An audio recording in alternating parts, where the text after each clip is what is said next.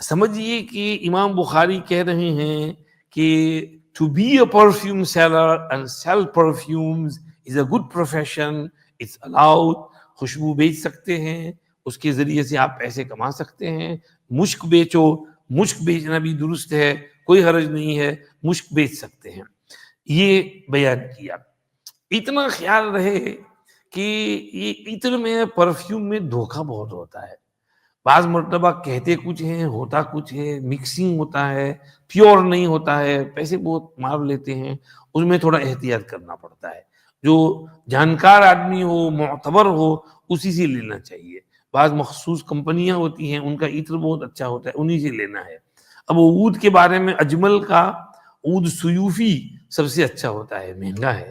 ہمارے حضرت کو عود سیوفی پسند تھا.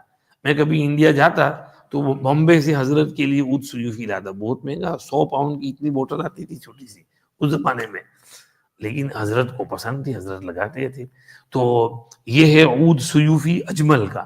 اس سے بھی اچھا ایک انفر کا نکلا ہے. وہاں مکہ مکرمہ میں تھی انفر کی دکان. میں ابھی دیکھنے کے لیے گیا تو بند ہو گئی، کیونکہ وہ مہنگا عود ہے، کوئی خریدتا ہی نہیں ہے، بیچارے بند کر کے بھاگ گئے وہاں سے. انفر کا بورڈ لگا ہوا ہے لیکن دکان بند ہو گئی ہے. اجمل کا ہے ابھی.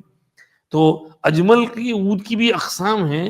عود قدیم ہوتا ہے، اور عود سیوفی ہوتا ہے، اور عود فلاں کمبودی ہوتا ہے، فلاں فلاں. تو اس کو آپ کو چیک کرنا پڑتا ہے، ٹیسٹ کر کے پھر لینا پڑتا ہے. تو بہرحال عود کی بھی انواع و اقسام ہیں، مشک کی انواع و اقسام ہیں، عنبر کی انواع و اقسام ہے. ملاوٹ بہت ہوتی ہے اس میں، اس لیے کسی ریلائبل آدمی سے لینا چاہیے، اور ادھر ادھر کے اینچ پینچ کوئی بھی کسی سے نہیں لے لینا چاہیے. احتیاط ہونا چاہیے اس میں. بہرحال امام بخاری رحمۃ اللہ علیہ کہتے ہیں کہ عطر بیچنا اور عطار بننا اور یہ پیشہ اختیار کرنا جائز ہے، مشک بیچنا بھی جائز ہے.